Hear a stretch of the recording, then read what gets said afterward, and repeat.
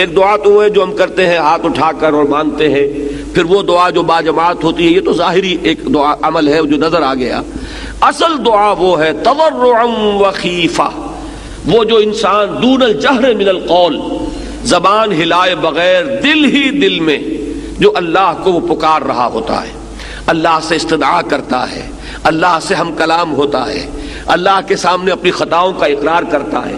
یہ جو اندر ہی اندر کی سرگوشی ہے، اس کو حضور صلی اللہ علیہ وسلم نے عبادت کا لب لباب اور عبادت کا جوہر قرار دیا ہے۔ فرمایا الدعاء هو العبادہ،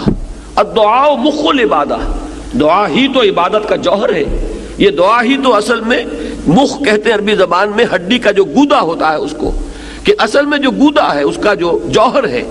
وہ در حقیقت دعا ہے۔ کہ کبھی بھی انسان اللہ کے سوا کسی اور کو نہ پکارے، اور نمبر دو یہ کہ اس کا یہ پکارنا جو ہے، دعا کرنا جو ہے اپنے پروردگار سے، یہ بھی مخلصین لہ الدین، اس کے لیے اپنی اطاعت کو خالص کرتے ہوئے، اس لیے کہ اگر آپ اطاعت میں شرک کر رہے ہیں تو اللہ سے دعا کرنے کا منہ ہی نہیں ہے۔ کس منہ سے اللہ کو پکار رہے ہیں جبکہ آپ نے اللہ تعالیٰ کے ساتھ وہ توحید فی العبادت کا تقاضا پورا نہیں کیا؟ آپ اللہ کے ساتھ اور ہستیوں کی بھی پوجا کر رہے ہیں، آپ نے اللہ کے ساتھ کچھ اور ہستیوں کو بھی مطاع بنایا ہوا ہے،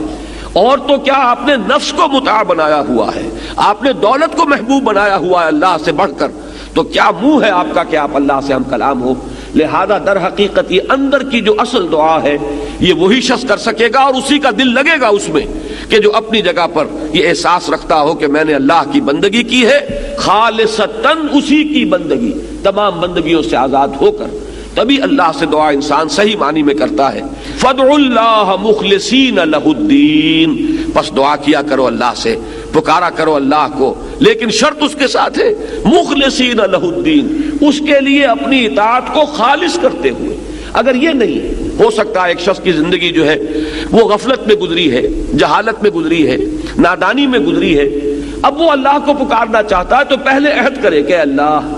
جو بھی خطائیں تھی وہ آپ فرما دے، جو بھی مجھ سے غلطیاں ہوئی، تیرے احکام جو میں نے توڑے، اب عہد کرتا ہوں کہ آئندہ کوئی تیرا حکم نہیں توڑوں گا، تو اب اللہ کو پکاریے، اللہ سے دعا کیجئے۔ اسی چیز کا نام ہے استغفار اور توبہ۔ استغفر اللہ ربی من کل ذنب واتوب الیہ، میں استغفار کر رہا ہوں اللہ سے اپنی تمام خطاؤں پر، اور اب میں اس کی طرف متوجہ ہوتا ہوں، توبہ کر رہا ہوں، توبۃ نصوح، خالص توبہ۔ تو استغفار اور توبہ جو ہے یہ در حقیقت دعا کے لیے گویا کہ بمنزلہ تمہید ہے۔ استغفار کیجئے، توبہ کیجئے، اب اللہ کو پکاریے، اللہ سے دعا کیجئے۔